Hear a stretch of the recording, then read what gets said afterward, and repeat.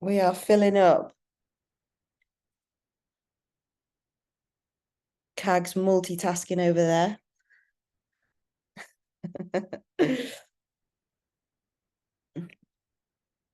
I'm going to give it a couple of minutes to just allow people to join.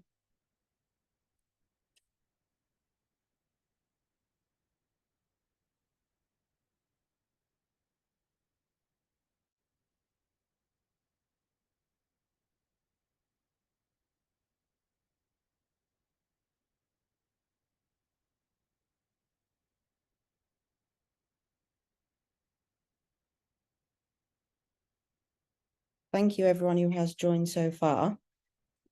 Most people early as well. Eagerly sat waiting. Much appreciated.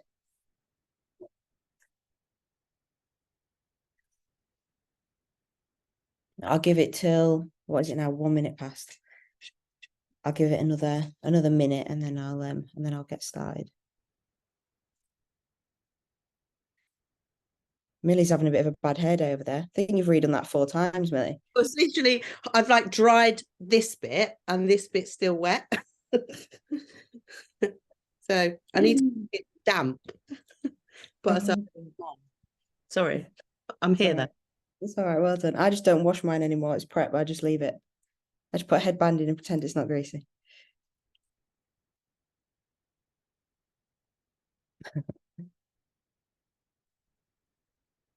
Right, I will begin, I think, and then stragglers can join. Right, give me a second, I'll share my screen. Anyway, thank you everyone for joining.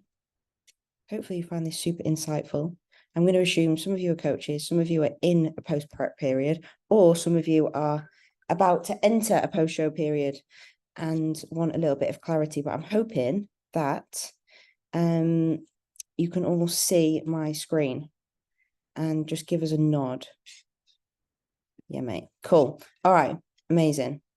There is some stragglers coming in, so I will just keep admitting them as they come. But managing the post-show period. Okay, so reason why we are doing this, it was a suggestion. I think this was actually Millie's suggestion. So we went with this, and I think it was actually really good because I think that it's a little bit of like a no man's land, especially if you've never competed before. If you've never competed before, it's like, I think it can be a bit scary, and I think a lot of people put a lot of pressure on it to say it's probably harder than prep because suddenly you haven't got a goal anymore. Sometimes it can leave you in a little bit of a tricky situation, especially if communication isn't great post-show or you don't really have a strategy. You can be left a little bit like wondering what to do and how to manage things, and that isn't a good place to be. So yeah, we're going to go through some strategies. We're going to go through things not to do, things to do, and yeah, I'll get stuck in basically. But I am going to do some questions at the end, so if you do have things, I'm quite happy for you to jump in and ask, but probably just wait till the end, and then because I may answer your questions anyway.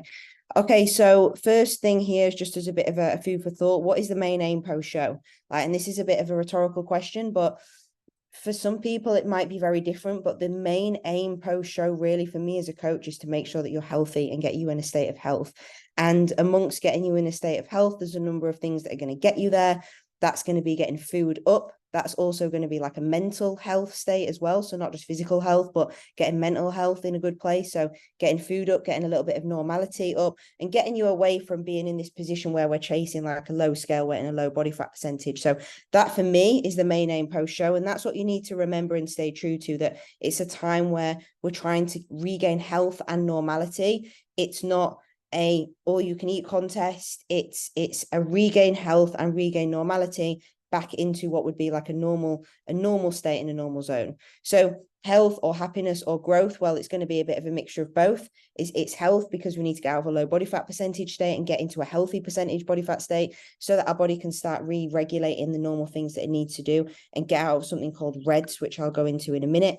And also then a state of happiness. And that doesn't mean that prep and competing hasn't made you happy, but what it probably means is you want to regain some normality. It probably makes you happy to have a Sunday dinner with a family, or be able to go to the cinema with your other half and eat some popcorn, or maybe not get up and get on the Stairmaster in the morning. And these are the things what we need to make sure that you are regaining happiness in.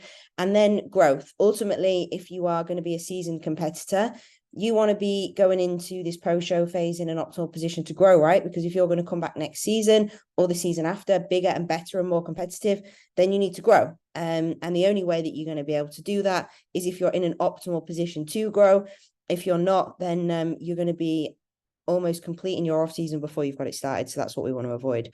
And this is definitely not a time to believe in your coach as a number one rule for me. I would say at any point in the process throughout your whole competing journey, if there's a time not to leave your coach, it's post-show. Unless you're going on to another coach potentially and you want them to manage your reverse and manage you into an off season, but it is not the time to think, especially if you're a one-time competitor and you've done it for maybe as a challenge or maybe for some enjoyment, or you realize that you never want to do it again. That is not a time to bin off your coach and just go and do your own thing about, I'm never going to compete again, so I'm just going to leave this structure that I've had for the last 12 months. That's going to be very detrimental to you. Even if you never want to compete again, it's probably a surefire way to get you 10 kilos up in probably a matter of a week. And you're not going to look good, you're not going to feel good, and you're going to have undone all of the hard work that you've put in over the last 20 weeks. So don't do that. And we want to get out of the post-show period first before you even think about maybe going and doing things on your own. So number one, what not to do. Don't leave your coach. Obviously, just spoke about that. Do not abandon your diet. So don't be in a position where you decide that you've finished prep, and therefore, because prep is now finished, you don't need to track your calories anymore. You don't need to eat small amounts of cream or ice, and you can just go back to eating 3 meals a day and doing whatever you want to do. That is probably the worst thing you could do straight away post-show. Your body's in a position where it needs nutrients and it will latch on to pretty much anything you give it. It's in a state of wanting to get fat. Your body wants to be healthy. It wants to carry a healthy body fat percentage because it wants to be able to do the normal things that it needs to do to function on a day-to-day basis. And one thing it can't do is do a lot of those when you are at a lean body fat percentage, not giving yourself enough fuel. So as soon as you give your body half an inch more than what you should be doing when you're in that lean state, your body is going to grab hold of all of this. And this is why you often see as well post-show a lot of people may be talking about water retention, having a little bit of swelling, because they've just completely abandoned every kind of bit of structure that they've had over the last 20 weeks. So do not abandon your diet. Another bit of advice, don't hoard treats and food for post-show. I'll often see first-time competitors like through prep, like putting things in a cupboard ready for their post-show time, like loads and loads of treats and boxes of chocolates and all sorts of things. Like realistically, you don't need any of that. Like you'll come off show, and I'm sure if you've craved like, I don't know, Reese's peanut butter cup, you can go to Tesco and get one. You do not need boxes and boxes of this stuff, because the reality is you're not going to eat it all post-show on that evening. And if you do, you're going to be in a bad way. You're going to be keeping hold of this. It's going to be sat in the boot of your car. It's going to be sat in your fridge. It's going to be sat in the cupboard, sat in your bedroom drawers. And it's just there as constant temptation through your post-show period of like something that you probably want to constantly be reaching out for. And unless you're a very, very, very experienced competitor or someone who's got crazy, crazy willpower, having that stuff lying around for months and months and months just isn't a good reality. So do not hoard treats. It is just a recipe for a disaster.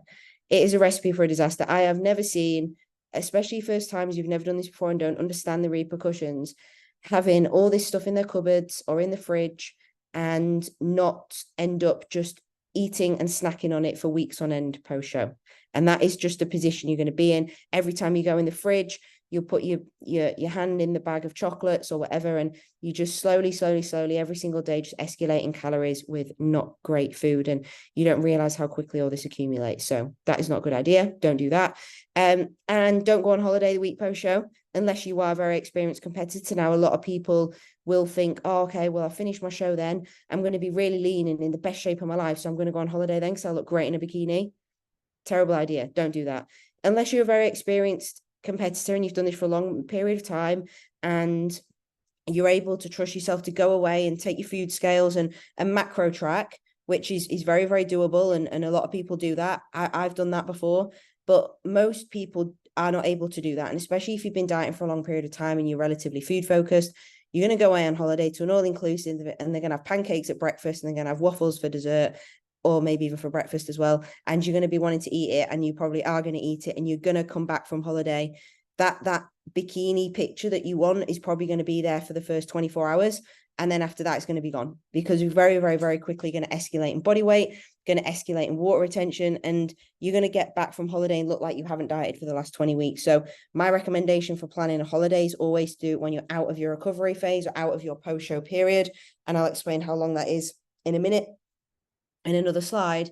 But you want to be in a position where you're well at maintenance, body fat is up, and you are eating what would be a sensible maintenance amount of calories on a daily basis, so that you're stable. So you could go on holiday and replace those maintenance calories with, I don't know, whatever you want on holiday that is within those realms of calories.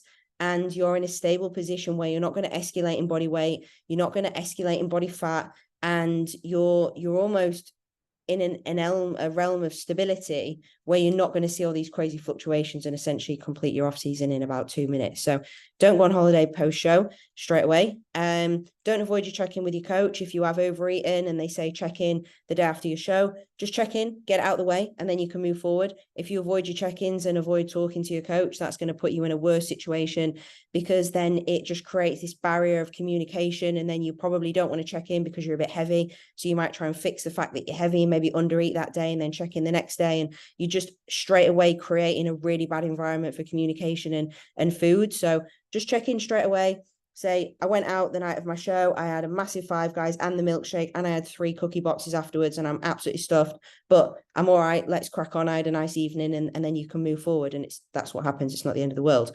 Communication's key. So post-show, in this reversing phase, like, you need to communicate with your coach all the time, whether it's because you've fallen off your diet, or whether it's because you're hungry, or whether it's because you're fatigued, or whether it's whatever it is. Every single bit of communication is important here. And for me, post-show with my clients, I'll have them checking in just as regularly as they would be during prep. Like, we don't go to once a week check-in straight away, because this is the time where people need the most attention and feedback. Like, if you're in a position where you're post-show, you've never done this before, you literally, it's like the reins have been taken off you. You've been given a diet to eat, but you've got no goal, and you may find the whole thing really, really, really confusing and a really big, like, anticlimax. So having communication here is really, really important, and just being so honest about how you feel. And don't lie. So if you have fallen off your diet, or if anything's gone wrong, or you feel any kind of way about your post-show period, or you're struggling to adhere to your diet, or whatever the plan and structure is in place with you and your coach, just be honest, because the only way that your coach can help you is if they know what's going on. The worst position for me as a coach is if something's going on with my client and I don't know about it because I can't help. Like, the only way you can help, or we can help, is if we know. So honesty, stick with your coach, or stick with a coach. Make sure that you are, I would recommend, with your coach. Stick with your coach. Don't abandon your diet. Be sensible with food. Don't hoard anything. Definitely don't go on holiday straight away, and make sure your communication is good. So there's a few things here I'm going to go through post-show as a bit of a strategy, and I've got 4 strategies for post-show for different people, depending on what might work for you. But I'm also going to go through here the elements of what I want you to think about post-show immediately on show day, the week after, and then the recovery period after, because there's 3 elements to this for me.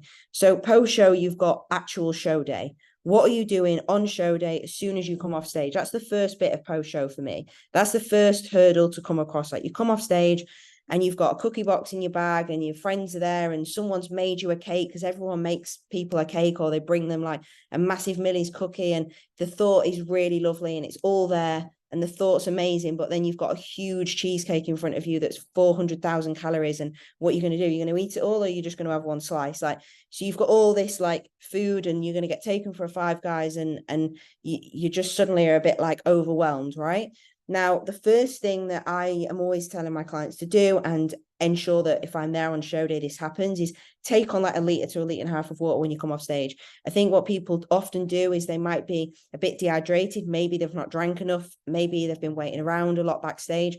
Maybe you've had a little bit less water on show day because of your coach's protocol, whatever, but you might be a bit dehydrated. And often you feel hungry when you're dehydrated. So one of the most important things you can do is just come off stage and make sure that you take on like a liter of water.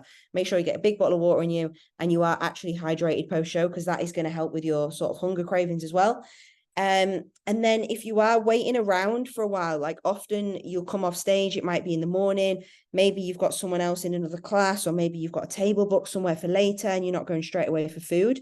The thing that I would recommend you doing is having a small meal, because on show day, you are going to be hungry.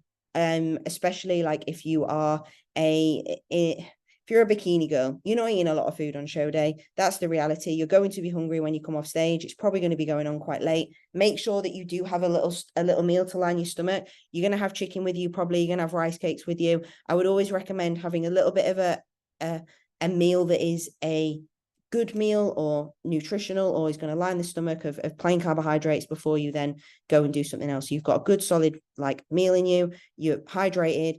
And then I would be saying, if you're going for a meal, think about why you're going for that meal. Are you going for that meal because you want an all-inclusive buffet and you just want to go crazy on food?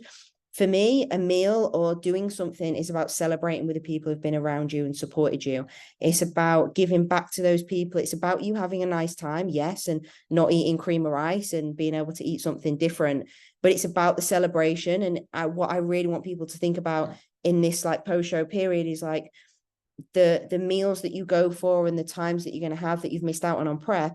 It's not about the food, it's about the occasion and the people that you're spending it with. And that's something to be really, really mindful of, because I think people get so food focused that all they care about is going for that burger, and that's great, but think about the people that you're there with and actually just enjoy the moment and think more about having the celebration with the people there, as opposed to just being so fixated on the food, because otherwise you'll miss out on these occasions as an element to enjoy, because you're just going to be so food focused. So remember, it's an occasion to celebrate with people.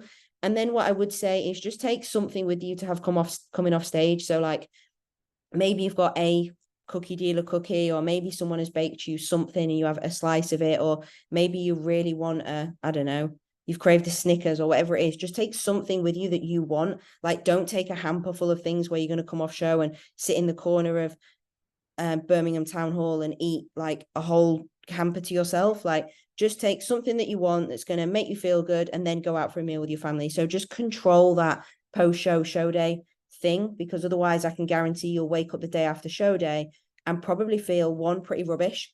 You'll feel like you got a hangover, like you've been hit by a bus. You'll have bad water retention. You'll have like bad energy, and you'll probably regret overeating a little bit. So that would be my strategy always. Like, have something that you want, enjoy your treats, have a nice meal, but just be sensible about it. So that would be my show day strategy. And then this would be my post-show week 1 strategy. Now, week 1 is probably the most important week of the whole of like your year. So you've had your show day, that's great, and it's been amazing, and you've had your burger and you've had your cookie box and you've had a really nice time. Then you wake up the next day and you've got a week ahead of you and you're going to be starting your reverse. Now, this week is going to set the tone for your off season. Now, in this week, if you snack on stuff all week and you go out every single day and you're completely off your plan, within a week, you will complete your off season. If you lost 10 to 15 kilos throughout your whole prep, if you do not have a structured week post-show, I can pretty much guarantee you that if you got in legit stage condition and you got lean, it is very, very, very easy to probably get 6 to 10 kilos up within a 7-day period. And that sounds super crazy to some people who've maybe never done this before. But if you do not follow a structure post-show and you just let yourself go, you will gain that amount of weight rapidly. It will happen very, very, very quickly. So the first week is usually the hardest one to get out of the way. And if you can have some consistency and stick to a plan during the first week, the second week will be easy. The third week will be easy. The fourth week will be easy. And it just gets easier and easier and easier. And the further you get through those weeks, the more you can go for an off-plan meal, or the more you can have an extra bit of food or a treat, because the higher calorie set point will be, the more body fat you'll be gaining on your body and the less it's going to impact you. So the first week is the most important. My strategy for this would be to say, have 1 or 2 meals or events to celebrate during that week. So the first one might be a post-show meal. And then during the following week, potentially you've got a meal with your other half to have on the Wednesday or Thursday evening. You're going to go and have a date night. And then at the weekend, maybe your family's planned a Sunday roast or something. Having a couple of things like that in your post-show week to enjoy and look forward to is really important from a mental downtime standpoint, in my opinion. But outside of that, sticking to a structured reverse, and your coach, as soon as you come off stage, should have a plan ready for you to fall into post-show. This is going to be really, really important. So falling back into a structure post-show, probably the day after the show, or if you feel like you need some kind of normality the day post-show, I've put a note here on the second bullet point to say potentially an untracked day post-show. But that's not about eating hoarded treats or like just sitting at home and gorging or whatever you want. That's about maybe having the day off. If you had a show on a Saturday and you've stayed away in a hotel for the night, maybe on a Sunday morning, you go and have breakfast, and then at lunch, you might go for a Nando's, and in the evening, you have a home cooked meal, and then you go to bed. So it's about having something a little bit more normal. But during that week, like getting on a structure, the following day, having a plan to get onto a reverse diet, having a little bit more food around what your strategy is going to be so, so, so important to start that reverse, because it is a tumbleweed effect. And if any of you have had any clients that have been in a bad position before, or maybe yourself, if you've had a day or two off plan and it's been a bit of a binge, the ability to be able to get back on track and string a few consistent good days together is so, so difficult. So having your post-show evening, drawing the line there, waking up the next day and cracking on and just saying, new day, I've had my treats the day before, I'm just going to crack on now, is so important. Because if you let that post-show kind of night or day drag into the next day and drag into the next day and keep chipping into bits of food, the ability for you just to get fully on track and not consistently have treats and have snacks is really, really difficult. So I draw the line and make sure the water is not muddied there. So that would be my first week. And then I would be saying, right, we need to be going into this reverse diet, which we would start in that week post-show. Now, the reverse diet is extremely important if you want to be a long-term competitor. And to be honest, even if you don't, and you want to just do your reverse diet and then go off and live your lifestyle, this is still equally as important, in my opinion, because this is what is going to get you back to a normal amount of calories for a normal human in a good, sensible body composition without excess body fat, looking great and feeling great at a good maintenance set point of calories that you could then go off and do your own thing if you wanted. Or if you're going into a growth phase, then go into a growth phase. It's important because if you don't follow it, as I've said in the previous slide, like you could potentially be in a position very quickly where you're 5 to 10 kilos up in fat within a week to 2 weeks. And I've seen it happen multiple times. I've had girls join me maybe like 6 weeks post show and said, I want to do my off season with you. And I'm like, with all due respect, we need to diet potentially because you're 6 weeks post show and you're like 17 kilos up. Like, what do you want me to do here? Like, you've completed your off season in 6 weeks. So you need to remember that the faster you gain body fat, you need to gain some from a health perspective, but the faster you gain an excessive amount of body fat, the shorter your off season is going to be able to be, because in an off season, the reality is you're in a surplus and you're going to accumulate body fat. So the higher that set point is before you even start this off season, the worse position you're going to be at the end of the off season, and the harder the next prep's going to be. The more uncomfortable you're going to feel, because the more body fat you're going to carry, the less productive you're going to be. So that is why it's so important to nail the reverse diet. And the idea of it is to get calories as high as possible whilst holding good body composition. Also retain a good mental state. You've just looked at yourself in the mirror getting leaner and leaner and leaner, probably feeling absolutely unreal about yourself because you feel shredded and great and you look great in every piece of clothing that you put on. And if you just suddenly escalate in body weight and put on loads of body fat within a matter of days or weeks, your mental state is probably going to go in the bin. You're going to feel terrible because you're going to think, well, what a waste. I've just wasted all of that like effort and time that I've put in, and I don't feel great about myself. I'm going on holiday in 3 weeks and I'm already a potato and I don't feel good. So confidence and motivation is going to be in the bin. So we need to manage that. We need to get confidence and motivation remaining good. And the only way you're going to do that is by slowly coming out of that sort of lean, shredded, dieted state. Set yourself up for a productive growth phase. You want to regain health markers. Now, I said right at the beginning, the main point of this is to be healthy and to be in a position where you can move on into your off season with a good set point. So we want to regain health markers. I talk about REDS in one of the next slides, and that's relative energy deficiency. And when your food is so low, and you will see, if you were to get bloods done, that hormone levels will be low, thyroid levels will be low, and we need to make sure we're getting those back up. You know, you've been in a position where food has been so low for such a long period of time. We need to ensure that we are refueling the body now so that we can get health markers back up to a normal state. We need to remove food focus. So making sure that you've got loads of variety and making sure that you're happy from a mental standpoint, and you're not, if I was to go on your explore page on your Instagram, it's not just full of reels of food. We need to like get that away from you, because that's what happens in a prep, and we need to get you back into a normal state. And then just reintroducing foods that you've missed. Obviously, you've probably not been eating a lot in prep in terms of variety. Hopefully as much variety as you've been able to have, but realistically, when calories get low, like variety pretty much goes out the window. So we need to make sure that we've got food variety in there as well with foods that you've missed. Okay. So I've put together like 4 strategies for this, because I think it's important for people to understand that not one size fits all, and that there is different ways to manage your post-show period, and nothing is perfect. Okay. Like, you'll understand that everybody's going to be different, and you'll see people on Instagram who maybe nail it and they're like, yeah, I just ate everything on plan for like 10 weeks and I was the perfect reverse diet. Well, that's great, because that strategy worked for them and they were fine with that. But there needs to be a different strategy for every single individual. I've already probably implemented 5-6 different ways of doing things with girls that I've had on stage already this year, because everyone is different and people need different things to be able to be adherent. Now, the plan that's going to suit you the best is the one that you can stick to the most. So I've put together 4 strategies, so like write them down or think about what might work for you. But the first one here I've got is just putting somebody's food straight up to maintenance. So someone comes off stage and we've calculated their maintenance calories and we put them straight up to that.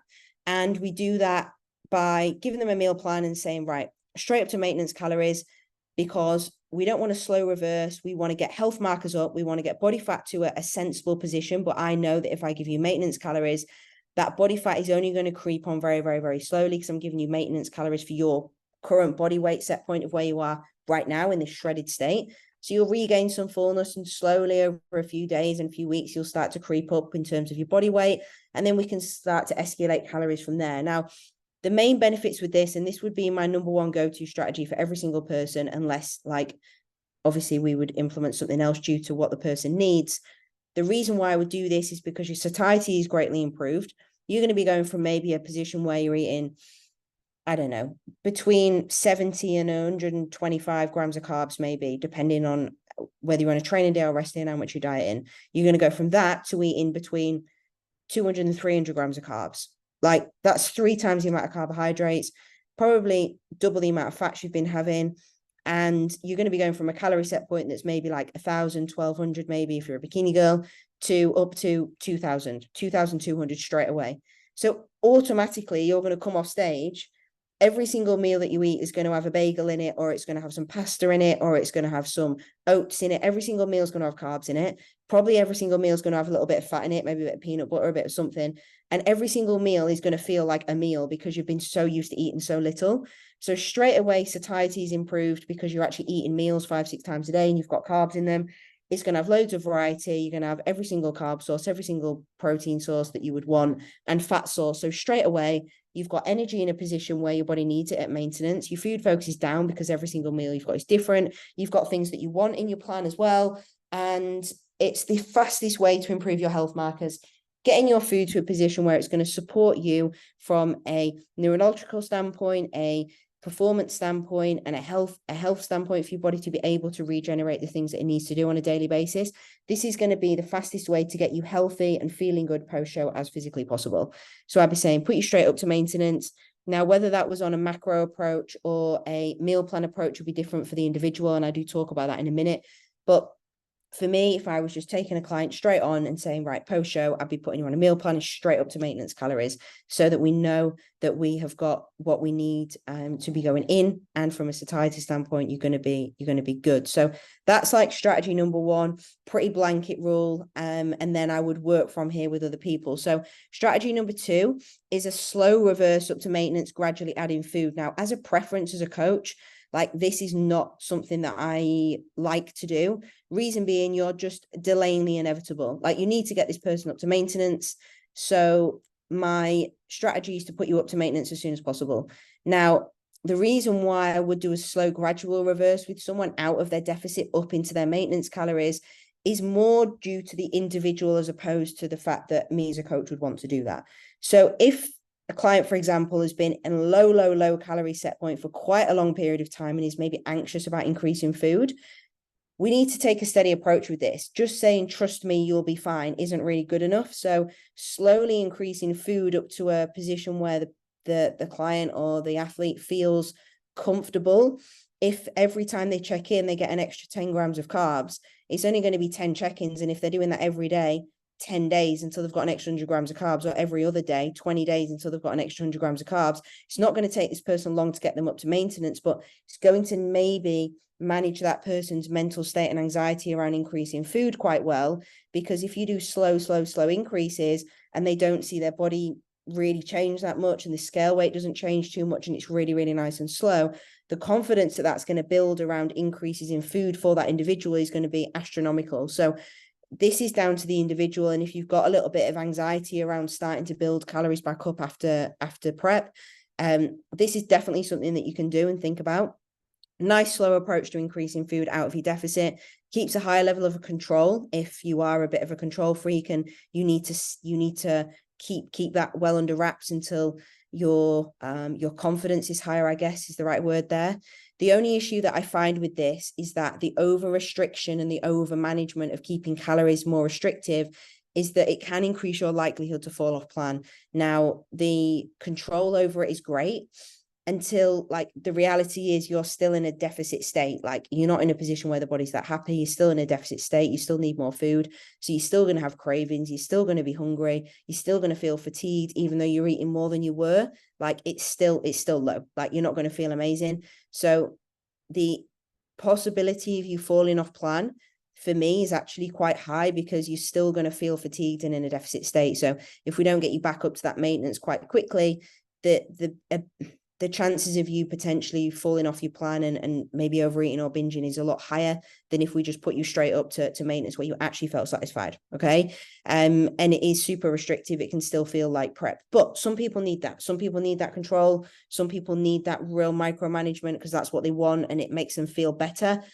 That's fine, but it's not my go-to for that reason. But it is a way to manage that if that's something that is something you'd prefer as an athlete if you have a lot of anxiety around food. But to be honest, most people that I've coached, like, once they come off stage, they want to know what they're eating post-show and they want to know what their reverse diet looks like and they want bagels and they want stuff. So, but I have had scenarios where I've had girls who have been over dieted for a long period of time that have come to me, and the idea of suddenly putting them up to maintenance calories gives them massive anxiety. So a nice slow approach can be really helpful.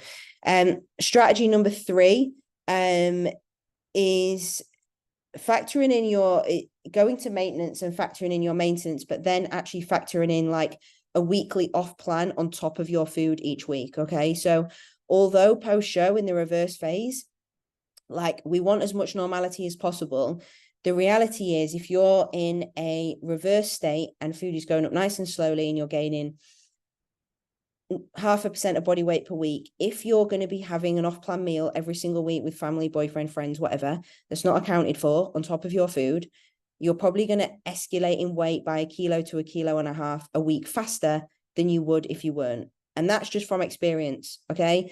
It doesn't matter how well you control that off-plan meal. If you're going to be eating that on top of your normal calories every single week, we'll see a spike in weight there.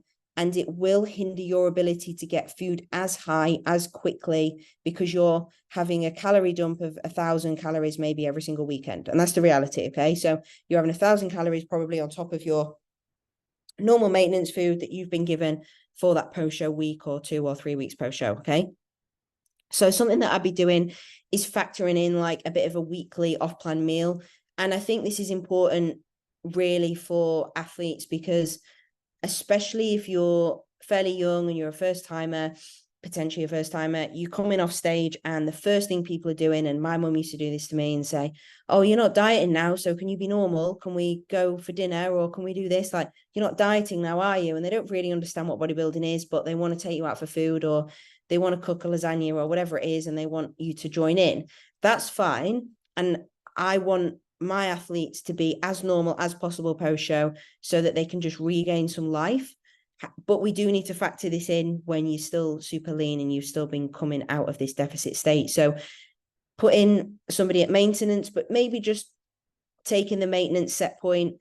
You know, maintenance is a very, very wide gap of like 500 calories. Just taking a slightly lower maintenance with somebody to allow for an off-plan meal every single week. So if we average those calories out across the week, if someone's having 1,000-1,200 calorie meal at the weekend, which it will be if you go and have a lasagna and garlic bread and a dessert at the pub or whatever it is going to look like that.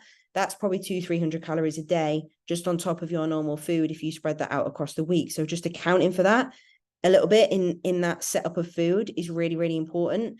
And it's something that, if you know that it's kind of accounted for, but it's something you can look forward to, and it gives you a little bit of normality at the weekends or whatever, I think that it's a really, really important thing to do. So not that you as an athlete would necessarily know that was calculated into your macros, but when you come up with a strategy with your coach, or if you're a coach coming up with a strategy with your client, if you know that that's something that they want to do and they are going to be doing, just factor it in a little bit when you're writing the meal plan, and just allow for a little bit of wiggle room there. If you've worked with your client for a long period of time, you'll probably know roughly where their maintenance calories are, if they're a someone who metabolizes food slightly better than others. So you'll know roughly where their food should be sat, and you can account for these off-plan meals. But definitely I try and do this with people to regain normality as quickly as possible.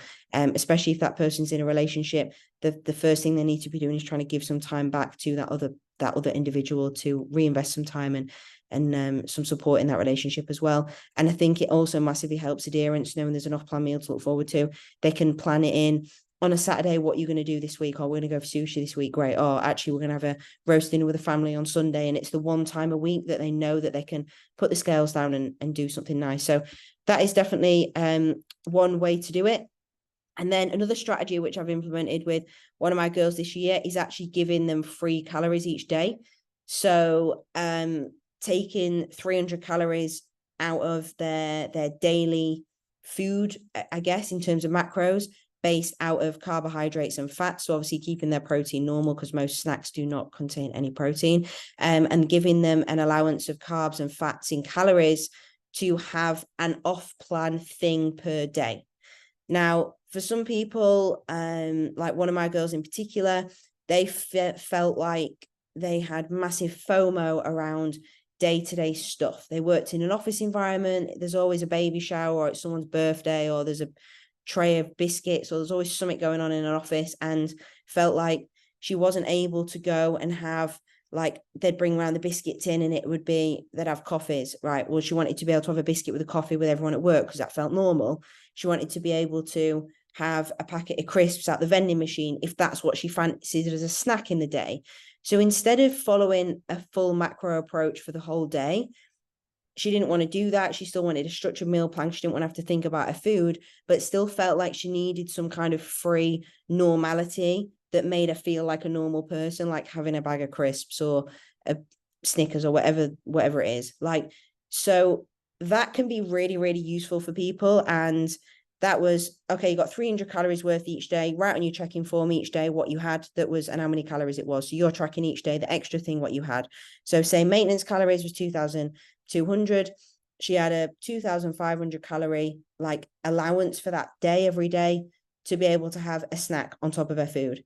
Weight was stable, like it didn't cause any problems. Composition was good. Like it's just a small amount of calories each day on top of their food, but you've allowed for it. They're not at the high set point of maintenance and they're having an extra 300 calories on top, which is putting them at like 2,800 calories. We're allowing for that in the meal plan a little bit. and then they're having an extra snack on top of their food each day, whatever they fancy. And they can think about that each day, what it is. Or today I fancy a bag of crisps, or I want a chocolate bar, or I want this, or I want that. So that can be a really good way to just give somebody a little bit of freedom, a bit of normality. And I would say that this actually helped with relationship with food, and showed that she was able to have like a few snacks each day without body weight escalating crazy because they were controlled. And after 2 weeks, I would say probably not even 2 weeks, she came to me and said, Mads, I'm bored of that now. I don't really want that. Instead, can we just go to one off-plan meal a week? I said, yeah, of course we can. Because then the food focus disappears once you're able to eat a little bit each day and know that you're allowed like to have some snacks. It soon disappears. After a couple of weeks, it gets boring. Like, and you're like, do you know what? I'd rather have the extra 300 calories in rice because I'm hungry. And you just get bored of eating biscuits and stuff. So, but this is a very, very good strategy for somebody who wants to be able to snack, who wants to be able to pick at things, who wants a little bit of variety each day, but they don't want to macro track their meal plan in total, but they want to be able to have a little bit of freedom. So there's nothing wrong with this. There's nothing wrong. It's a little bit off plan every single day, but it is factored in. It is allowed for. And as long as you're adherent to the fact that it's only 200-300 calories each day, then there's absolutely nothing wrong with this at all. And it's a really good way, in my opinion, to stop somebody falling off track because they've got a little bit of freedom. The only thing I would say is potentially, does it cause a tumbleweed effect? Like if there's a pack of biscuits, does 2 biscuits turn into 10 biscuits? That would be the only thing. But in reality, hopefully, if you've got the ability to be able to do this every single day, you won't have that FOMO of missing out on food because you know tomorrow you can have a biscuit as well. Do you know what I mean? So this can work really, really well and has been really successful with one of my girls this year. So that's something that you could do. So there's like 4 little strategies for you to think about doing with yourself or clients, or maybe for you to go and have conversations with your coach about and talk about what you might want to do there. But one thing I did want to touch on kind of on top of that, and this can relate to any of the kind of strategies which I've just spoken about, is whether you're on macros or a meal plan. Now, I've got a number of clients on both. I've done both myself. Like I follow macros now, but I follow macros because I can trust myself to basically just write a meal plan, and it's basically a meal plan. I just write it myself. But the reason why macros can be really, really good is it gives you a lot of control and variety around food choices. Like for me, if I want to eat rice for meal 2, I'll eat rice. If I want to eat pasta, I'll just work out my macros in pasta and I'll eat pasta. And if I want salmon, I'll drop out some peanut butter and I'll eat salmon and instead of chicken and peanut butter or whatever, because I can do that because I follow macros. Now, it can improve your adherence because everything can be on plan. Like I said there, I could eat a bagel or I could eat bread or I could eat rice. Like I could eat whatever I wanted because everything essentially is in my plan because it's all macros. Now, the issue we have with this is that you've got to be able to trust the athlete to make good choices. Like I've had it before when I've had somebody on macros and they just use it as an opportunity to just like eat whatever they want. Like, oh, well, I can put a Freddo in my macros because these are the calories and I've put it in my fitness pal and that's great. Okay, but it has 0 nutritional value. Like is 20 grams of carbs from a Freddo is the same as 20 grams of carbs from rice? Not really. Like what nutritional value are you getting from that? So it's not an excuse to just eat whatever you want. It does mean that you can factor in some things if you want a little bit what would be like off plan, like these little snacks, like you can do that. But just understand that like you still need to have good micronutrients. You need to have good food. For me, a macro meal plan instead of a meal plan is just a meal plan, but with variety for you to be able to choose how you want to set your food up. That's all it is. Okay. But it does give you options. If you fancy something one day, but you don't fancy it the next, you're able to have different stuff. But still doing this as a balanced meal plan is the most optimal. So if you've got macros, say you've got 150 grams of protein to eat a day and you have 5 meals a day, put 30 grams of protein in each meal. Don't have 100 grams in the morning and 20 grams in the evening. Split your food up. Use my Fitness Pal or Chronometer.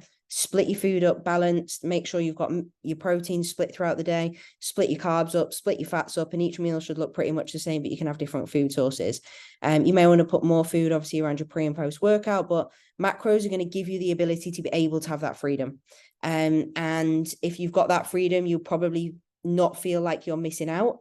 And if you don't feel like you're missing out, you're probably not going to eat off plan. So that's why macros are good. But for me, they're not for the unexperienced athlete unless you followed a meal plan for a long period of time and you know really what a meal plan should look like, and you know how it should be set out and how it should be made up and how you should split your food throughout the day for good energy balance. I probably wouldn't be suggesting macros to somebody who hasn't done that. Because of that reason, we don't want to be eating the same thing all the time, and we want to be making sure that food split is good throughout the day. So yeah. Then going on to a meal plan, like, this is my preference. That's the first thing I put my clients on. Sometimes people start on macros and then they go to a meal plan because they just prefer not to think about it, and me just to plan their food for them. And that's fine. So if you're on a meal plan, your energy balance is managed because your food is literally mapped out meal by me or somebody else. You can have multiple food options on there. So just because you're on a meal plan doesn't mean if it says chicken and rice, you have to have chicken and rice. Like, as a coach, there should be options there. You could have rice or this much pasta or this much potato. So there's still variety there. Like, you don't need to eat the same meal every single day and get bored. Or instead of chicken, like the simple food swaps, like you don't have to eat chicken. You could eat any white fish, or you could eat, we could swap some food out for mince. Like, you've got options there with food. Like, just because you're on a meal plan doesn't mean it has to be that rigid. You can have food swaps. And you can include foods that you've craved. So you should be saying to your coach, yeah, I'm on a meal plan, but I've really missed salmon. Can I have it in my food, please? Or I'd really like bacon and egg for breakfast. Can I have that in my meal plan? So just because you're on a meal plan doesn't mean you shouldn't have variety. You should be communicating with your coach and saying, post-show, these are the foods that I've really, really missed, and this is what I want in my diet, and getting them put in. And it's controlled and consistent. So as a coach, if you're maybe complaining about digestive issues, or maybe your energy is really bad at 3 o'clock in the afternoon or whatever, because it's consistent and it's controlled and the coach knows exactly what you have and it's the same every day, it's really easy to find problems. So you could say, right, well, you're having that problem after you've eaten yogurt, so I feel like dairy might be an issue. Let's pull it out. Or, okay, well, post training, we're most hungry around that meal, so that's where we're going to put some more macros when we increase your food. So that's good because it's consistent. You'll have no food anxiety because you don't need to think about macro tracking your meals or setting anything out. You can wake up each day, you know what you're eating exactly the same every single day, and you don't need to think about it. So that's easy. And your coach can control your micronutrients. Like, one thing that I will say when people follow macros is because they get greedy with calories or greedy with carbs, for example, they probably won't macro track in like additional veg or fruit, and these things get missed because people would rather eat like rice. Now, on a meal plan, obviously, the coach can give you more micronutrients and actually think a little bit more about this. And that is something that shouldn't be missed out on either. So that's important. Okay. So macros on meal plan is going to be different for different people. What's going to suit you most? If you are quite inexperienced, I'd just be saying follow a meal plan, but ask your coach for the things that you've maybe been really like missing, and to include nice stuff in your diet that you really want. And if you're experienced enough, maybe giving macros a go, or some kind of free macros each day, maybe, or macro tracking 1 or 2 meals might be a good place to start. But just to kind of summarize a lot of this, like coming back to the original point, is that health needs to be the priority. Like, the reason why we come out of a deficit state post-show is because we can't stay like that forever. It's not healthy to stay that lean forever. We can't stay that lean forever because we just won't function as a human. You won't function as a human. You'll be miserable. You'll fall out with your boyfriend all the time because you'll have no energy, and you just won't want to do anything, and work will be rubbish as well. So we need to prioritize health. We need to get calories up. We need to get body fat up, and we need to be in a position where our health is prioritized. So we come out of a deficit state, come out of the red zone, which is the relative energy deficiency zone, and we come into a state where the body is able to function and do its daily functionality things like well on its own. So making sure we've got micronutrients prioritized, come in post show, put in as much variety in your diet as possible. Like, for me, different fruits, veggies, like the things that are going to give you as much nutritional value as possible. And then also keeping in things which you should have been taking in prep as well. Multivitamins and supplements post show is a really a period where we really need to be prioritizing keeping supplementation in, just to make sure that, obviously, like I've said, health is a priority and we're keeping nutrients high. And then I would say, from a reverse standpoint, people come off post show and like, yeah, ready to grow.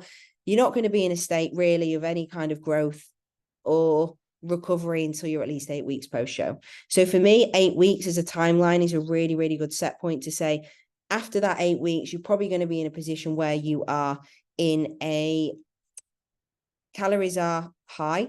They're in a high period, a high set point of like higher side of maintenance or well into the earlier stages of a surplus. Training is going quite well, like recovery is good, you're feeling good.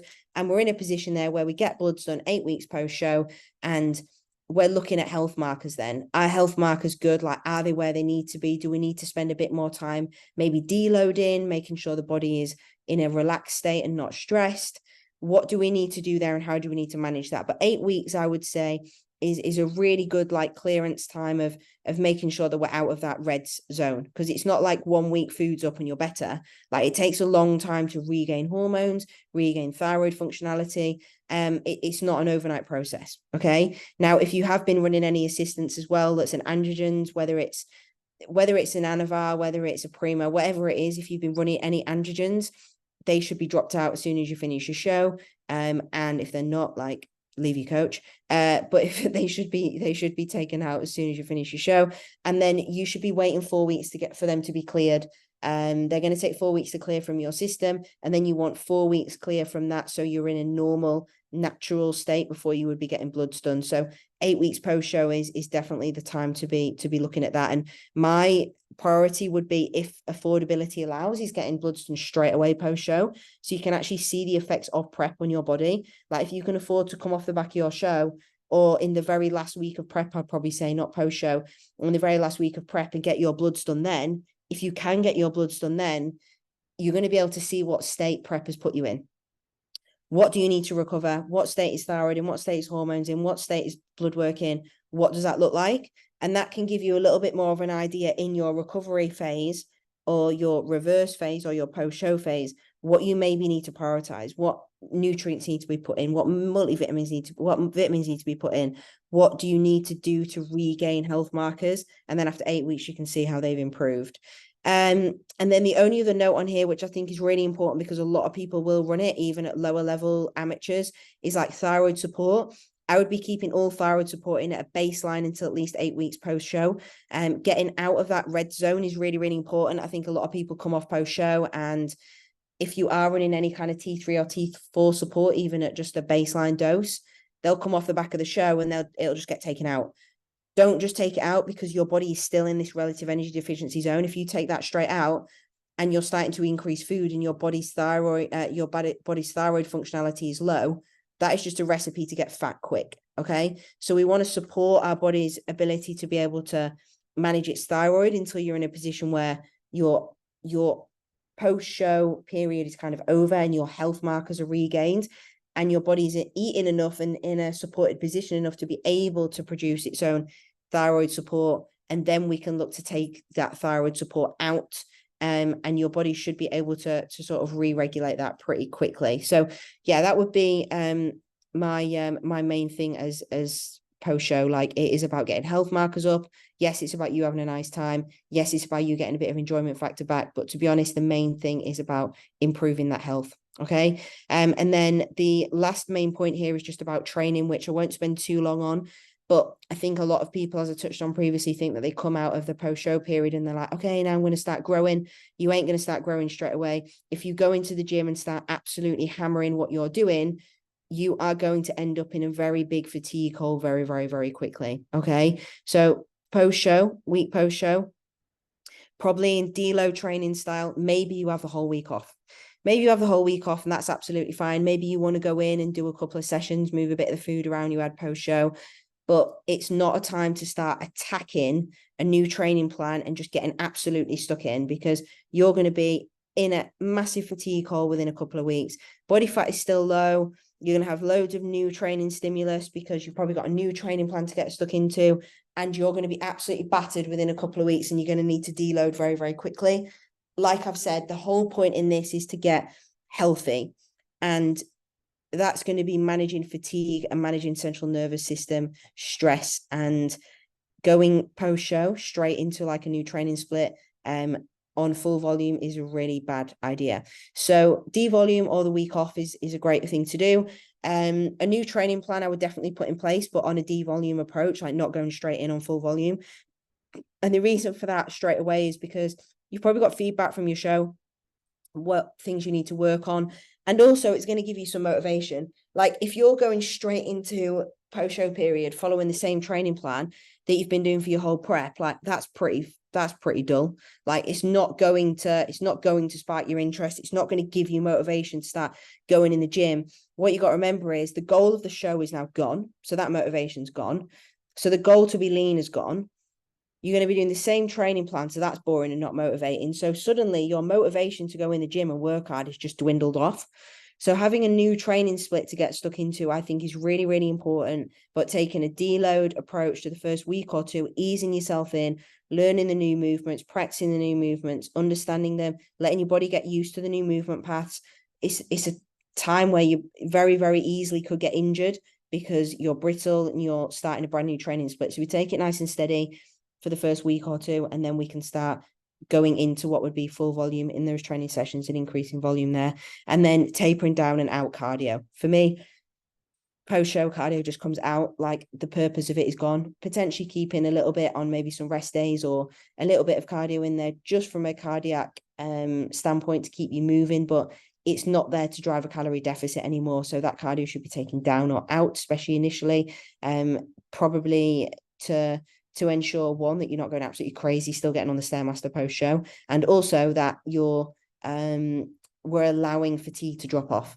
Like the worst thing we want to be doing is keeping in like fasted half an hour cardio every single day the week post show. In my opinion, it's not going to be very motivating. It still feels like you're on prep, and it's not great from a management standpoint for health markers. Okay, so that's training and getting back in the gym, and that is everything. That is the post-show period covered. Obviously, I've whittled through absolutely loads of stuff there. Food, training, like strategies and what to do, what not to do. Like there's a hell of a lot there, and I'm hoping that was useful. Obviously, I've spoken to you for like best part of an hour, but has anyone got any questions for me? I am going to pop my call link in the chat link thing below, the little chat box below. So if anyone doesn't feel confident enough to shout out and ask questions, please like book in a call. But yeah, has anyone got anything they want to ask me, or is anyone going through like post-show period at the moment?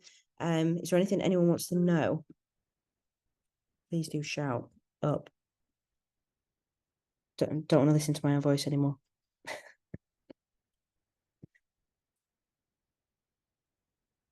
No one's got any questions.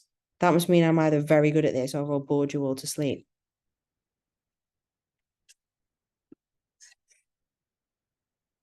Is anyone competing, like coming up to any shows? Yes. And I just wanted to say, I don't have any questions, but that was really, really informative, like really, really good to listen to. And my boyfriend was also watching it at the same time. We were saying that the strategies were really good as well. Like it's not one size fits all. Yeah, I love that. Thank you. Yeah, thanks, mate. Hope you're doing well as well. I have seen that you're looking pretty shredded on Instagram. Yeah, I'm 5 weeks out now, so doing first timers. Good effort, mate. Good effort.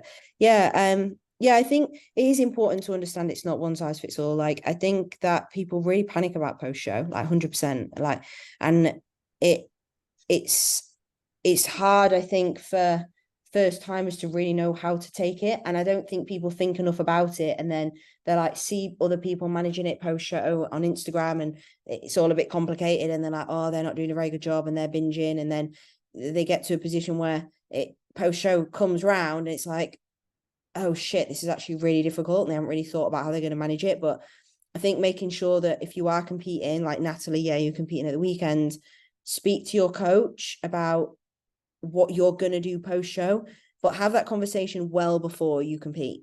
Like have it this week and say, just want to talk to you about post show. I know we're concentrating on the show, but afterwards, like I feel like this would be a really good idea for me, or a really good strategy, or something I'd really like to do, so that your coach can plan it in for you, as opposed to you getting off stage and there's no plan in place, and then you wake up on the Monday morning and you're like, oh, now what? And you've still got all the cookie dealers sat in the corner of your hotel room, like staring at you, and you don't really know what to do yourself. So having that strategy set out well before is really, really, really important. Thanks, Shannon and Natalie, for making those comments on the thing as well. But yeah, all good. I was saw- actually going to say, I Go on. think it's this would be really helpful. I've done a few reverses, but I think it'd be really helpful for like friends and family because it explains it to them, and like they're so alien. They're like, diet's over, come out and eat, come be normal, and you're Yes. like, you're so sick of repeating yourself that either Yeah. you snap at them or Yeah. you just don't explain it because you can't be fucked. Yeah. Whereas if it's explained to them once, or like you could send them something on Instagram, like, oh, here's a little reel. It kind of explains it, like, this Love is that. why, because you're Yeah. so bored of saying it. Yeah. Yeah. Well, I'm going to save this. So if you want to send them the link so they can go and watch it, you're more than welcome. But yeah, I massively agree with you. I do agree with you. Like it took, like I've been doing this a long time now, and I still get it now that my family, they're very supportive of what I do now. Obviously, I don't really live anywhere near them, but when we do see them, it's like, oh, you're not in your like cutting phase now, are you? So you can eat with us. And I'm like, yeah, I can, but I'll still probably like weigh it out because that's what I do, because it doesn't really matter if I'm in off season or not. But they understand it a bit more now, but it's because I've been doing this like 4 or 5 years, right? But especially if this is the first time you've ever done it and the whole bodybuilding thing is like super alien to them, I think it's really, really difficult sometimes for people to understand. And sometimes I think they're better off almost not understanding and you just cracking on doing what you're doing, because it can be so exhausting constantly explaining to people what you're doing and why you're doing it. And I do understand that, like explaining it to people over and over again, like why you're doing it. Like you go out for a meal with your friends and there's 10 of you sat around a table and you're like eating out your Tupperware or you're weighing out your steak or something, and like every single person's got a comment and they're asking why you're doing it, and you're like, do you know what, I'll tell you what, just don't ask me why, just like leave me to it. And like I think sometimes it can be really hard to have that conversation because people just don't understand. But that's okay as well.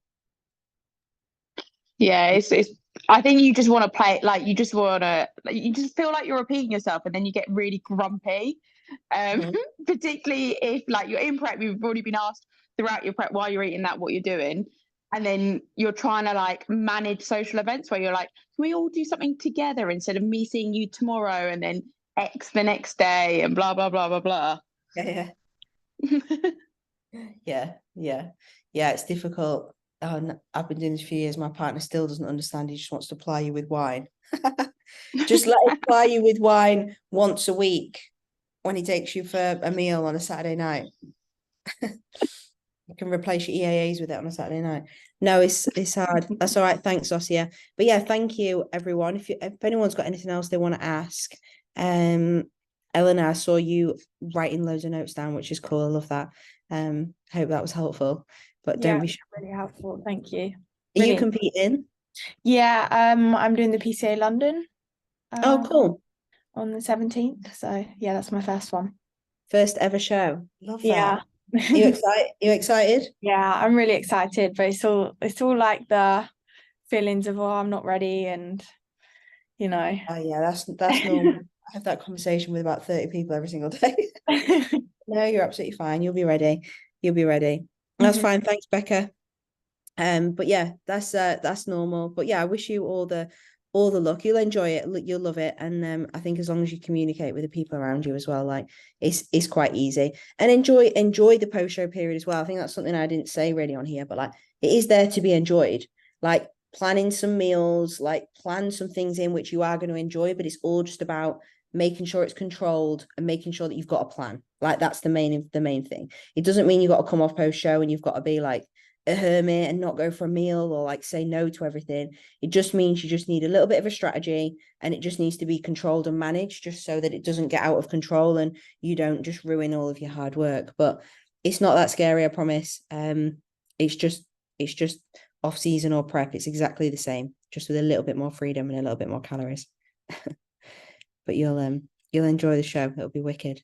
But yeah, all good. If anyone else has got anything else they want to ask, please do, or chat. But if not, I'll let you all go. I'm going to upload this, so if anyone wants to reshare it or rewatch it, then I am going to put a link up on Instagram to like download it.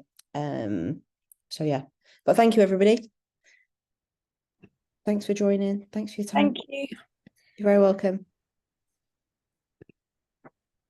Thanks, Mads. I've got my You're mouth welcome. stuffed with some food.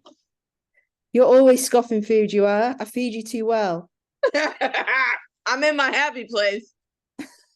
Nobody can touch me up here. Too much food, mate. I can see the size of that bowl that you're eating out of. That's like an ice cream tub. It actually is.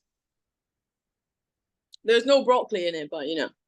That's obscene. Obscene scenes. Honestly, the smells. It's not okay. This is why I'm gonna be like the single bodybuilder for life. Do it, mate. You'll have no one trying to ply you with wine if you are a single bodybuilder forever. I actually hate drinking. It makes me feel like a bag of dicks the next day. Yeah, same, mate. Same. Not here for it. That was Anyway, so good though. Thank you. you're very welcome. That prepare you nicely for at some point in the future. Amen. And with the amount of food that you eat, I feel like you won't have a bad time post show. You'll be sweet. I'm so excited. You I'm diet just on buzzing. 2,000 calories. There you go. This is Cool. it. Everyone's still here. Everyone's still gang? here. Right, Tony- Mills. There's a few people left on here. Tony, did you have any questions or anything? Or are you all good? Yeah, good. All right, sweet. All right, I'll log this off and hope everybody has a nice evening. Thank you for joining. Thank you for participating. Hope that was helpful. Really helpful. Have a nice time. See you later, Mil. Thanks. Bye. All right. I'll just be me and you, man. Still recorded. God's sake. Good night. Love you, bye.